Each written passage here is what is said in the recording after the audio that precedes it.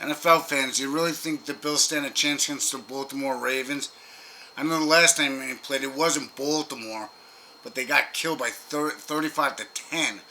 They had no answer for Derrick Henry, and that scared me.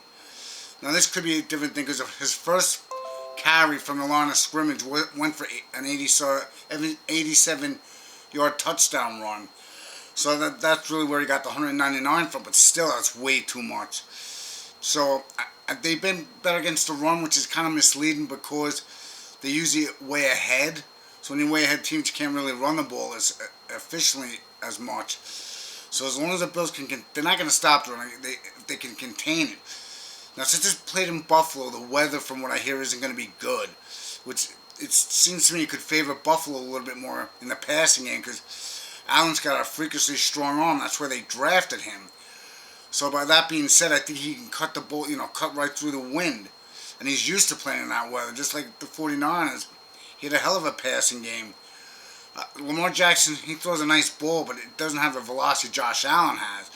So I wonder if he'll be struggling in a passing game if the weather is what they say it's going to be. So we'll just have to see. But I really want to know, do you think the Bills really stand a chance? Some people are predicting them to possibly win the Super Bowl. I'm like, no. They got to go through the Ravens. Kansas City doesn't scare me nearly as much as the Ravens because of what the Ravens did to them. Kansas City's run game is not near like the Ravens is. So this is going to be a really tough matchup. My prediction is if somehow they pull it out, I'll say to myself, then I would say they probably will win the Super Bowl because the Ravens, if you ask me, overall are probably the best team in football. Even though it's kind of weird to think that they have 5 losses. Now the Bills have 4. Obviously, the last loss didn't mean anything because they didn't play everybody. So with the Bills, to me, if I was them, I look at the game films on how they lost those games. They lost to the Steelers. They lost to the Browns of all teams.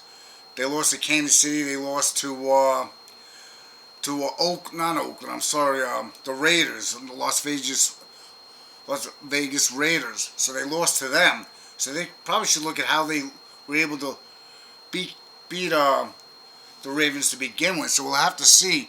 I'm a little bit nervous about it, but to me, like, my girlfriend always says, Bill, you realize it's just a game. It's not life. I'm like, yeah. Because it reminds me when the Mets finally won the World Series. I go to my friend and go, they won the World Series. He goes, that's great, isn't it? He goes, yeah. He goes, but I was just thinking, I have to get up for work tomorrow, and you have to go back and work on the boats in a couple days. He goes, yeah. He goes, so our life never really changed. He goes, that's true. I go, for the players it did, because they're celebrating. Now they're off for the rest of the time. So we'll just have to see. So that's how I have to take it with grain of salt. And then you hear the stupid criticisms from Nick Wright, who hates Josh Allen no matter what. You notice he only criticizes him. He won't criticize any other quarterback, like Justin Herbert. He won't criticize him. Josh Allen, I mean, he got paid like, what, $55 million? Or Burrows. I mean, he only criticizes Allen for some reason. He was the only one that had a problem with Allen when he originally signed his contract. I mean, it was 2 games into the season. He goes, God making that kind of money shouldn't be the lowest on all these standings, this and that. It was only the 2nd game of the season. He brings out charts of him. I'm like, what is wrong with this guy? He's got this weird obsession. So that's why I don't even watch sports shows anymore, because half the time they don't even know what they're talking about. Especially FS1 after that sex scandal, including with Joy Taylor. I'm like, yeah, I'm really going to watch that. And they still have her on these shows. It's called Speak now. She dresses a lot more conservative than she used to. She used to dress really inappropriate. I mean, her cleavage looked like an ass. I mean, holy crap. I couldn't believe she was getting away with it. I guess when you sleep with the bosses, you can get away with things like that.